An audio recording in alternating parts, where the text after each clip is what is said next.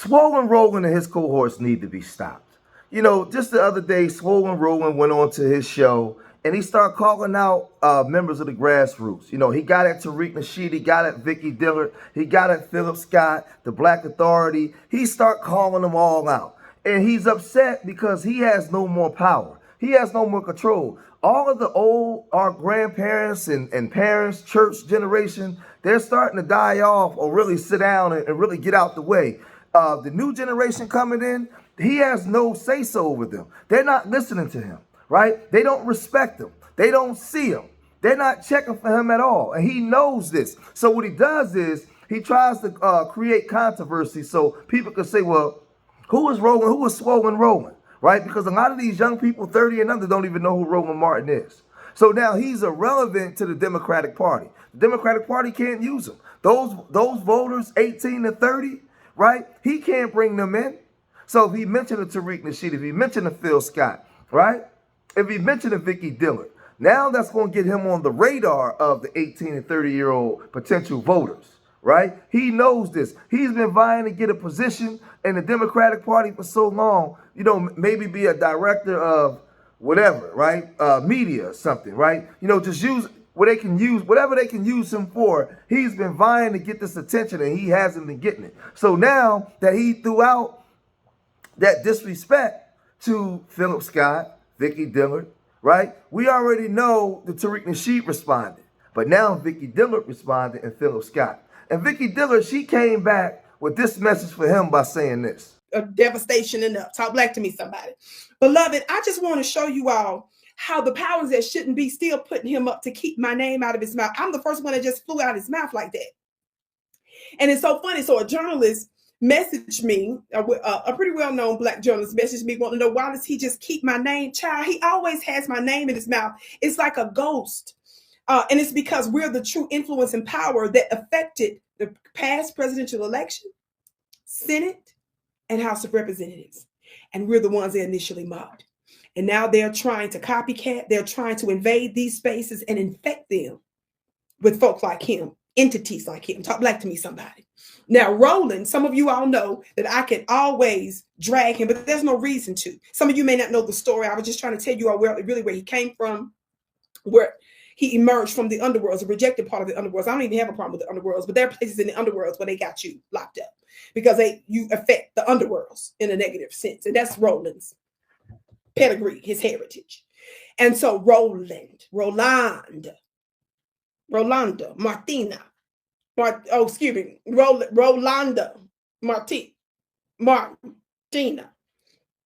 his funny looking self has always been an anti-black voice. Now, I exposed the fact that Roland's name and emails and information came out during the WikiLeaks release. Some of you all have seen the WikiLeaks release that exposed the United States government and other nations that was doing illegal stuff around the world and murdering and killing people and committing all kinds of war crimes and stuff. Yes, Roland's name came up in there, along with the Hillary Clinton emails. Some of you all don't understand that while he was fronting in the face of Black Americans, you all didn't know that he was behind the scenes doing the little dirty work of the Hillary Clinton campaign for debates and stuff. And then Roland, when he initially came out, denied it full throat. He gave a full throat denial. And then when they found out that they had more information on it, he changed the story. You see what I'm saying? With his funny looking self. Because Roland is rejected from the Democrat Party. He didn't get all the interviews he thought he was going to get. He didn't get the trash can office, janitorial, DNC. He's humiliated. CNN don't want him back. Mainstream media don't want him back. The Black Network News One, he used to have a show. They don't want him. Nobody want him. So out of desperation, he was forced to come to social media, stay on social media. And even when he got into social media, he pretended like it was something, tried to run up the numbers so it looked like he's relevant. And then when they look at the end of the day, they saw how everybody was listening to the nobodies like the Vicky Dillards of the world instead of him, right? It looked like he had numbers that was, some folks will say trumped up, but we'll leave that alone. So he's desperately trying to keep himself relevant and get his name in the algorithm with the 18 to 30-year-old voters, right? But it's backfiring on him because he's going about it all the wrong way. Because see, this is the thing when you come from that boule class, you see yourselves as better than those blacks. I'm not like those blacks. He doesn't know how to come in and just have a dialogue with other black people, right? Now, me and him, we had a conversation. We went back and forth, right? But In that conversation, I'm standing there. I have the Pennsylvania State Senator right to my right. I have the police chief to my left. I have the mayor standing behind me, right? All of them black, right? Standing behind me, and I'm real cool. I'm real cool with State Senator Vincent Hughes. We're real tight, right? So I had to be real respectful. I had to be reserved. I'm inside of a church. So I have to understand the environment that I'm in and the people that I'm around. So I had to I'm always carry myself a certain way, but he was over talking me at times and not allowing me to really get my point off, or when I brought points in, he wasn't really answering my questions like that. But I didn't push too hard because of the people that I was around that was allowing me to have the conversation with him, right? So we already know that this guy, he doesn't resonate. He doesn't resonate.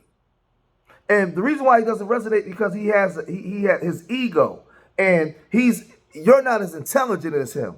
I'm here to talk down to you as to what you need to do, because I got my marching orders from the big dogs up top. And I've been told to go down here and tell you small Negroes how to think, move, talk, when to talk. That's the mindset he has. But then Phil Scott, he got wind of this, and he came on and he said this.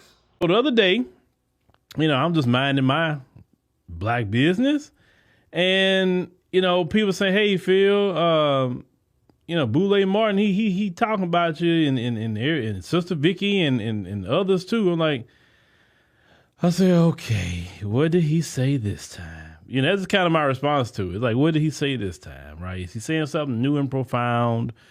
What is he saying? What is he saying? So I had a chance to listen to what he's saying, right?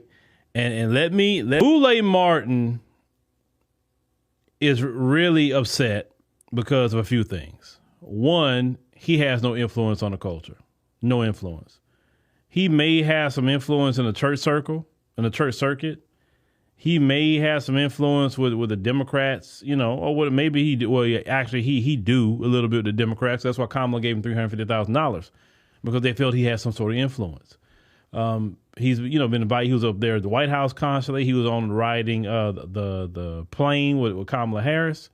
He was up there with him, like he was their homeboy, right? And Roland sold Kamala Harris a bunch of BS. He sold her a BS sandwich. And so she thought, you know what? Roland got the pulse of black people. Let me go ahead and paper him up and give him $350,000, because Roland gonna get these people to come out and vote for me.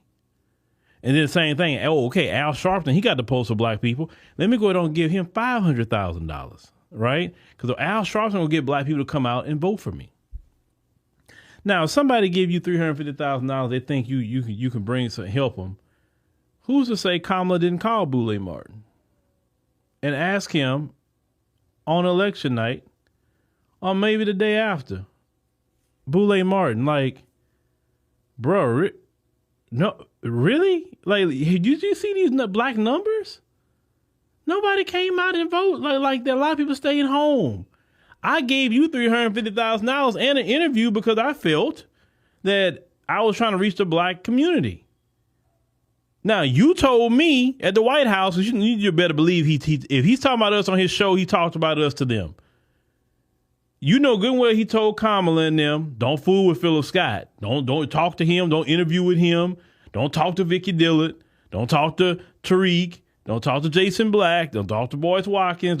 The Harris campaign gives him a lot of money. He can't even deliver on anything. Y'all have to understand, he's salty because he blames us for cutting his bag off. He don't believe in reparations for us, but he believe in reparations for him. Listen, $350,000 will do very well for an FBA. That would be a good down payment on some reparations, don't you think? He blamed me and Vicky and Tariq and Jason Black and he blamed us for cutting his bag off. Another thing that he don't like about us is that we diagnose him down to the molecule of what he really is. And not just him, because he's not the only one, but all the Boule Brigade and the Democrat Party and that they shilling for the Democrats. Listen, he kept saying they shilling. That saying that they a Democrat shield hurt their heart. That's why he's saying it in that manner. Because if he did not care that if we were saying you're just a Democrat shield, he wouldn't have been repeating that. The term Democrat shield stick to them like a rat on a glue trap. Because it's true. Listen, things like that can't stick to you if it's not true. If it's a lie. And listen, notice something else. They were trying during the election, they do all this misinformation and disinformation. And then I always tell them, where at? Prove it. Because I show y'all where I get my stuff from. We be reading articles together. We will go read a bill together. You can't come to me with that. I just came up out the blue with some conspiracy theory. I don't like conspiracy. He doesn't like the fact that we say no tangibles, no vote. He don't like that. Because if you go out there and vote for nothing, then hey, he gets his check. He gets paid. You guys understand? He works for the Democrat Party. He works for the DNC. If black people come out to vote, he get a check. If black people don't, he gets cut off. Let's go back to 2020. Do you remember the election of 2020? And I don't know if y'all remember that video of Roland Martin sitting out there outside of a polling location. And they had a long line of black people, and this grown man, good and grown man, gray in his beard, grown man, is crying because black folks are out here voting. He wasn't excited about black people voting in Joe Biden.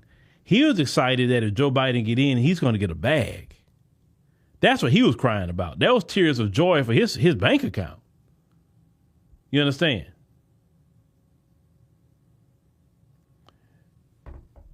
The fear-mongering tactics don't work anymore. We laugh at that at this point. The shaming tactics that they try to use don't work anymore. The Trump gonna get you black people and put you black in slavery didn't work.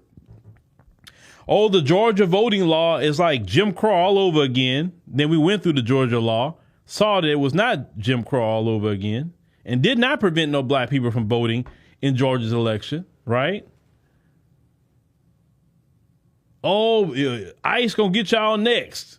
And we're like, okay, the police have been getting us first. So again, their time is over. It's a new day. There's new sheriffs in town. And see, when you hear Roland talk, he talks as if we don't understand how the economy works. He talks as if we don't understand the laws within the municipalities of the towns that we live in, the states that we live in. There's young black economic strategists. There are young people that understand voting registration and so many different things that being black and living in these cities would entail. They're not just relegated to people your age and older as if we don't know anything. Yeah, we know, right? We're reading the bills too. I live here in Black Philadelphia. There's people in Black Baltimore, right? Black Washington, D.C. They understand what's going on in their cities and what they need to do. Now, is that for everybody? No. But there are black people between the ages of 25 to 50 that have all the knowledge that you have, Roland. Right? You guys really believe that you guys are still, you guys are part of this boule class, that you still really have control. No, those days are over. There's a young generation that was birthed up, and we're now asking questions. We're looking around and saying, hey, we're being gentrified out of the communities that we live in. You guys haven't provided a remedy. You guys haven't. So why are we going to continue to keep voting for a party that's bringing in illegals, giving them housing, money, and replacing us as a voting bloc? And y'all sitting there watching it happen. And when we ask, what is Black Philadelphia going to look like by 2035? What is Black Chicago going to look like by 2035, Roland? That's not something that you want to talk about. You're supporting the Democrats in whatever they do in hopes that they give you a position. And you're going to talk down to the grassroots people as if we don't know what we're talking about. We just leading people astray. And those fear tactics don't work anymore. Well, or they going for those Latinos. Next thing you know, they're going to come for you. They never stop coming for us, Roland. It's never stopped. It's been a 400-year onslaught on our image and many things, Roland. We know this. But Roland, your time is up. The younger people is not resonating with you, right? You've been fired and let go from so many platforms because you couldn't get ratings because you are irrelevant. You are irrelevant. And now you try to go out there and get your name in the algorithm by going after the grassroots, and it's backfired on you. So, I don't know, man. Let me know what you guys think about Swollen Roland, man. We're going to cut this video short. If you made it this far in the video, hit that like button. Subscribe to Street Media TV. Leave your comments in the comment section. Let me know what you guys think. Remember, I love y'all. Till next time. Peace.